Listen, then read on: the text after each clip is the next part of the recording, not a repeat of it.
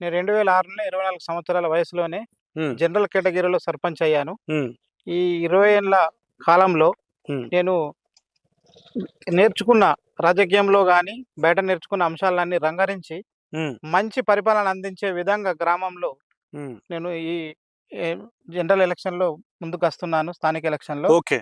General కేటగిరీలో 300 సంవత్సరాల చరిత్ర కలిగిన మా గుడి ఏది లక్ష్మీ నరసింహస్వామి గుడి. లక్ష్మీనరస్వామి టెంపుల్. ఓకే.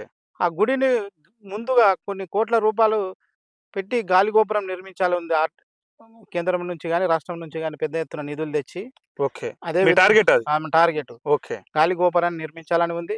అదే విధంగా ఇక్కడొచ్చే భక్తులకు హ్మ్. ఆహ్లాదకరమైన వాతం అందించడానికి గుట్ట పైన హ్మ్. ఒక వ్యూ పాయింట్ ఏర్పాటు చేసి, మన హ్మ్. పురాతన కాలంలో ఉన్న అక్కడ ప్రసిద్ధి చెందిన ఒక దుబాయ్ సంసారం అనే ఒక పాయింట్ ఉంది. అది ఓకే. శిథిలావస్థలో ఉంది.